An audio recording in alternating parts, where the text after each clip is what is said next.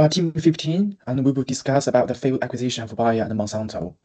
Bayer is a life sciences company founded in 1863 and headquartered in Germany. The company has a leading position in agrochemicals and pharmaceuticals. The restructuring history of Bayer from 2003 to 2016 transitioned its focus only to crop science, pharmaceuticals, and consumer health. And this led to the acquisition of Monsanto. Monsanto is a transnational agricultural and biotechnology company founded in 1901 and headquartered in the US.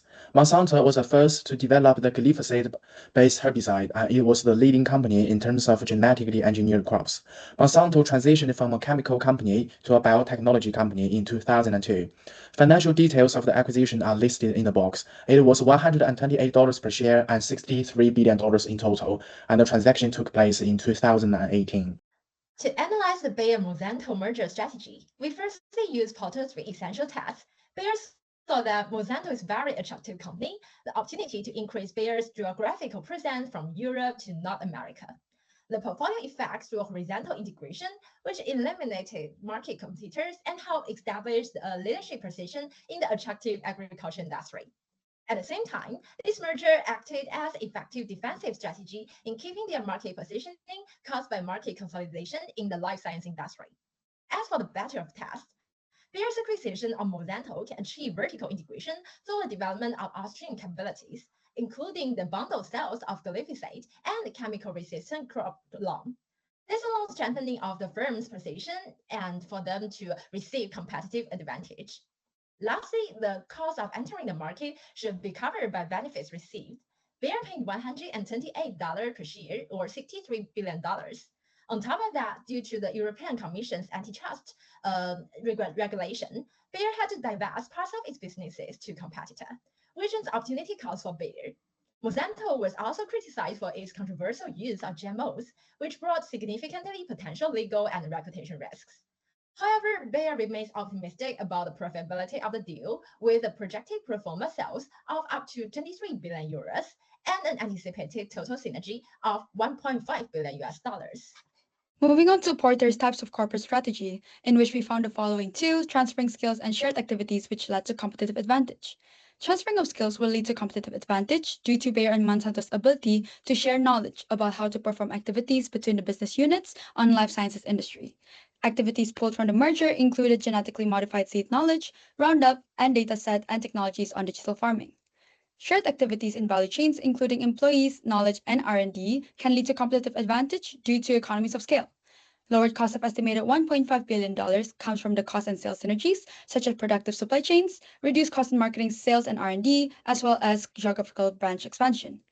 Merger also showed the blue ocean strategy of creating a new market in big data, which allowed farmers to efficiently execute and receive further guidance on farming. They looked across complementary products and services offerings, such as the digital farming software and sale of seed and traits, while also considering the future market value of the irreversible technology trend. Blue Ocean was created as they aim to reduce costs by receiving real-time data insights to assess and review their products according to the farmer's needs. Meanwhile, Bayer's value also increases due to digital improvements, enhancing task completion, where 88% actually claim to see improved crop yields as a motivation to use digital applications. Let's look at how the strategy turned into a costly mistake.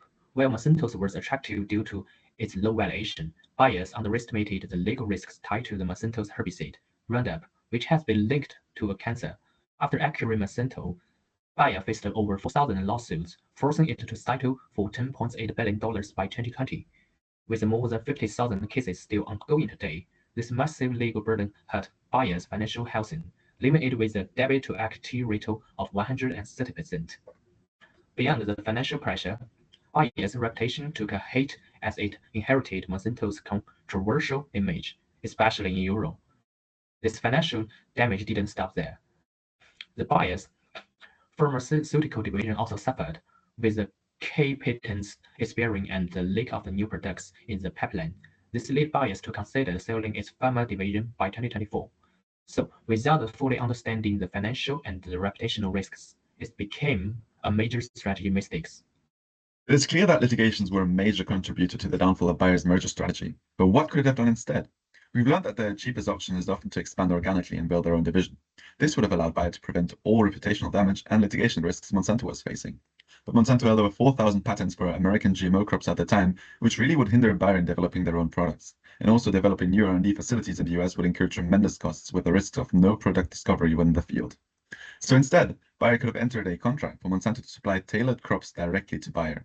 Or to profit from both companies' inputs and patents, a joint venture could have been launched. But Bayer would also have to forego the synergies and lower costs from acquiring Monsanto outright. So a safer alternative would be to enter a strategic alliance with Monsanto.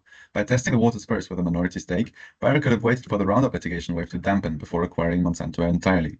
But these strategies all ignored a major factor at the time, because the agrochemicals industry underwent a big consolidation process. So it would not be unnatural for Monsanto to receive a hostile takeover approach if it were to keep loose ties with Bayer, and thus foiling Bayer's slow approach. So we can conclude that no strategy really can be viewed as the solution. Bayer could have waited until 2018 to acquire DuPont's spin-off Corteva, or it could have played it slow with one of the options above. But Bayer's case really perfectly demonstrates the complexity of navigating through strategic decisions.